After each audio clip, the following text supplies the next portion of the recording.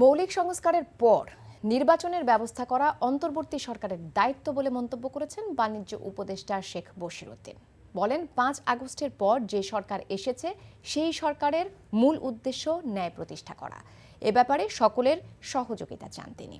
সন্ধ্যায় রাজধানীর বসুন্ধরা কনভেনশন হলে আয়োজিত ওয়ালটন এক্সপোর সমাপনী অনুষ্ঠানে প্রধান অতিথির বক্তব্যে এই কথা বলেন তিনি। 2026 সালে যে এলডিসি গ্র্যাজুয়েশন হতে যাচ্ছে, দেশে তার লক্ষ্যমাত্রা ঠিক রেখে খরচ কমিয়ে বৈদেশিক মুদ্রা সাশ্রয়ের পরামর্শ দেন তিনি।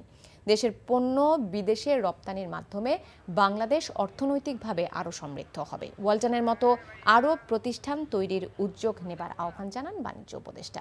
নতুন নতুন উদ্ভাবনে বাংলাদেশ বিশ্বের অন্যান্য দেশে পণ্য রপ্তানিতে শীর্ষস্থান অর্জন করবে বলে প্রত্যাশা তার। বিশেষ অতিথি বাণিজ্য মন্ত্রণালয়ের সচিব মোহাম্মদ সেলিম আহমেদ সহ সমাপনী অনুষ্ঠানে উপস্থিত ছিলেন ওয়ালটন হাইটেক ইন্ডাস্ট্রিজ পিএলসির chairman S M. Shamsul Alam, vice chairman S M. Ashraful Alam, managing director S M. Mahbubul Alam, পরিচালক এস.এম. নুরুল আলম রিজভী সহ প্রতিষ্ঠানের কর্মকর্তারা।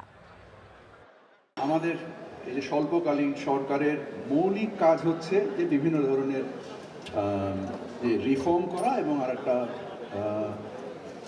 যত দ্রুত সম্ভব একটা ইলেকশন হোল্ড করা।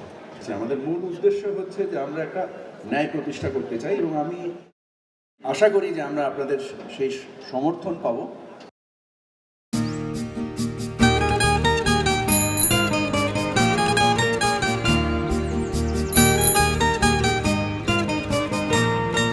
শুনেন, পুরুষ মানুষ তো এভাবে ভয় পেলে চলে না, মুখে সাহস রাখতে হয়।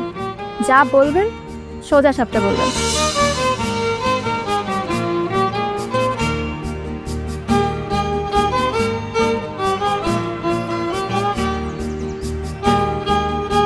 তো এই শীতে যে শীতের কাপড় ছাড়া আসছো, এটা কি ঠিক আছে?